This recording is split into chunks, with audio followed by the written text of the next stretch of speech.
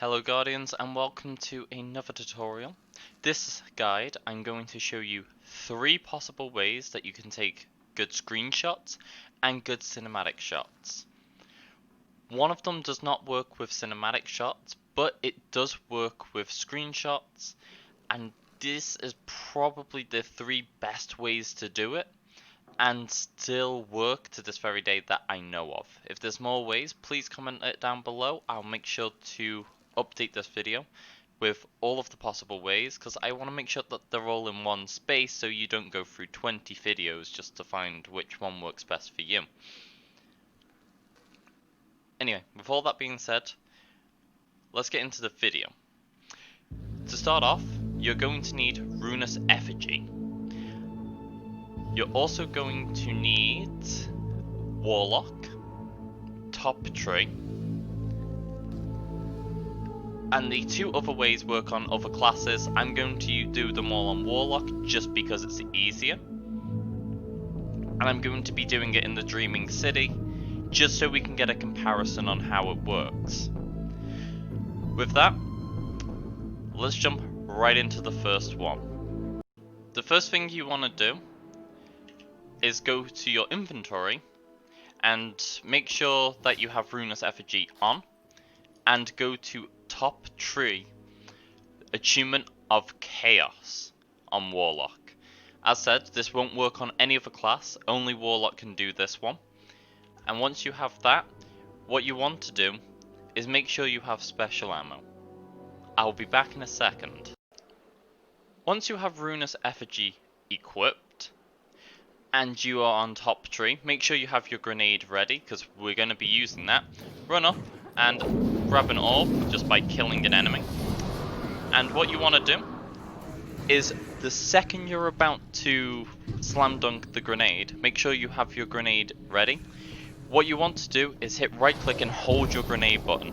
What happens is the third person from Ruinous Effigy and the orb is going to close in, but your grenade is then immediately pulled out.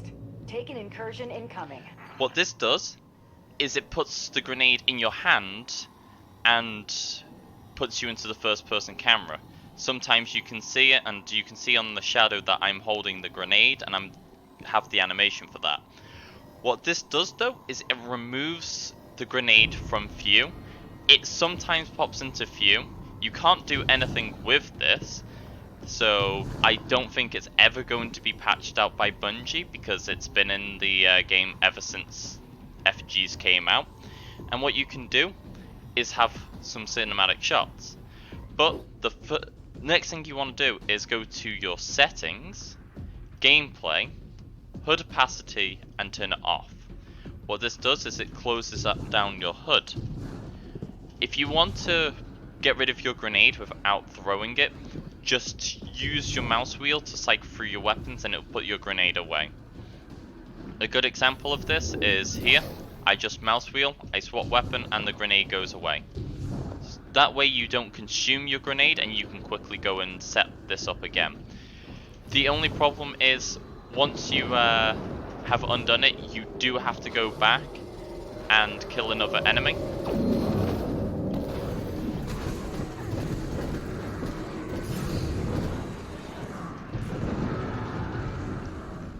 And then you've just got to do the same thing. This is very easy to set up though, and as you can see, I do have obviously a little purple dot, but once I go and set up, we'll use the top of this, well, this rock as an example. I can just sit here and look up at the door, and now I have a full cinematic shot of the entrance to either the Last Wish or the Blinding Well, whichever one you want to go to. And that's the first cinematic shot. For the next one, you want to make sure you have any sword equipped. No matter what sword it is, doesn't matter which class, as long as you have a sword equipped, you can do this one. And to show this off, we need a wall. And what you want to do is pull out your sword, because I think this works best with a sword, and go up to next to a vertical wall, because the problem is, if you're on this wall, you have a bit of a distance, but if it's a vertical wall, you push your head up against it, the camera is pushed straight into your character's head. And obviously if you had a gun, you're in first person view anyway. With a sword, it removes all of your weapons from view because it's meant to be a third person cam. And so obviously, if you go to settings, gameplay, turn your HUD off, and then push up against a wall, and we look at, say, the entrance and all of this, as you can see, we've got a clear view of everything, no weapons, no nothing in the way. And that is how you get another cinematic shot. Just remember, this is mostly for pictures, or say you're watching a live event, say there was a ship gonna fly over.